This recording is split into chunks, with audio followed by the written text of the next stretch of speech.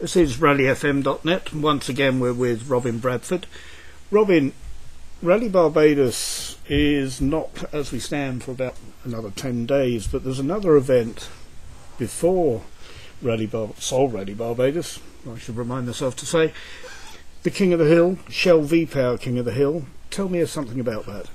This came about for the first time last year, organised by the Barbados Rally Club. Hill climbs, hill sprints go back into the late 60s, early 70s in this part of the world. It was a major part of the early history of the Barbados Rally Club, which was founded in 1957.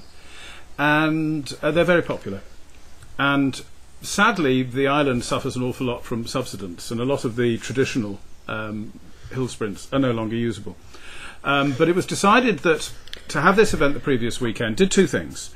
It's a points scoring round of the Rally Club's Virgin Atlantic Drivers and Class Championships, so it's important for local competitors. It gives overseas competitors whose cars have been floating around on the Atlantic for a while and they haven't seen them recently, apart from having a cuddle in the central workshop with them. It gives them a chance to shake their cars down, make sure that nothing's fallen off that they didn't expect to have fallen off, and also a little bit of an opportunity to get used at competition speed to the rather specialised tarmac that we have in Barbados.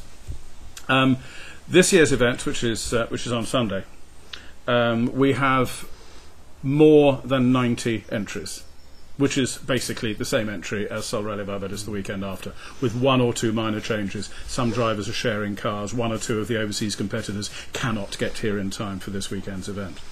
And so it does those two things, scoring points for locals, shakedown for overseas, but also, which is why everybody out there on Sunday will be in maximum attack mode, it also is significant in the seeding for Sol Rally Barbados the following weekend. The event doesn't get seeded until the results of Shell V-Power King of the Hill are seen. In effect, it's a mandatory part of the event. Obviously, people who cannot get there will have to be seeded somewhere where it's appropriate, because you can't have jolly fast cars coming up behind jolly slow cars. But I would say we'll be sort of looking at 7,000-8,000 people there.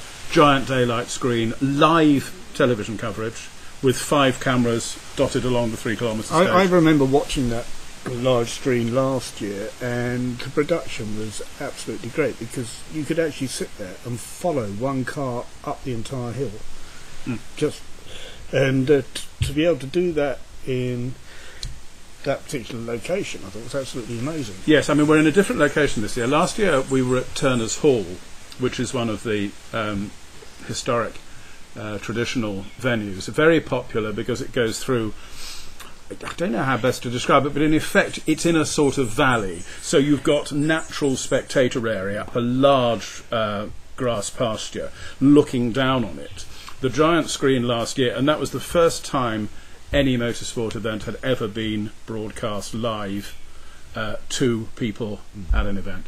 And Mervyn Lynch and his crew did an absolutely spectacular job, I think, bearing in mind we were all doing think on your feet live broadcasting.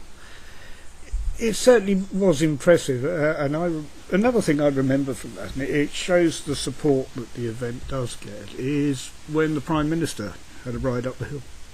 Yes, we'd had a change of government at the beginning of last year, and the Right Honourable David Thompson, who is now Prime Minister, was one of a number of government ministers who attended that day, because Dr. Esther Barsakou, who is our Minister of Sport, she was also there. She had a ride up the hill as well. Yes, the Prime Minister went up in the Shell V-Power Suzuki Swift, Simpson Motors car, driven by Sean Gill. Small two-wheel drive motor car, hammered off up the hill, and I don't think Sean was really doing the I'd better be a bit careful because this is the PM sitting next to me.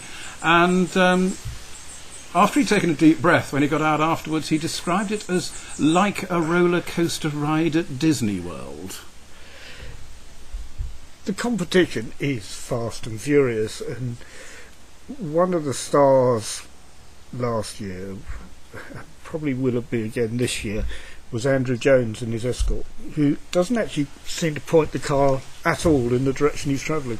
Andrew used to be quite a serious competitor, going for times, very keen to win his group. He used to have an Opel Corsa. And he had 2 quite big accidents in the Corsa at rally sprints at the Vaucluse Raceway. And when he was sort of looking at what was left of the Corsa, his eyes sort of lit upon a rear-wheel drive Mark II Escort. And that's what he campaigns now. And he does it with great enthusiasm. He's a big crowd favourite. He loves drifting, and he does it purely for fun. If he accidentally comes 2nd or 3rd in the group, fine, but that's not the main purpose. And for those of you who may have seen perhaps some coverage of the events in Barbados at night, he's the one who always has pretty flashing lights on his wheels. Right, this Sunday, Shell V-Power, King of the Hill. Can you just give me the timings? I can. First car up the hill will be at 10:30. Again, like Rally Barbados, this is subject to a road closure notice agreed by government. First run up the hill will be at 10:30. 4 timed runs. The first is a practice. The remaining 3 are official timed runs. The event runs in reverse seeding, so the little production cars go up first, the World Rally cars go up last, with 90 of them. If we're done in less than about 5.5 or 6 hours, I shall be very surprised. It is going to be a cracking day.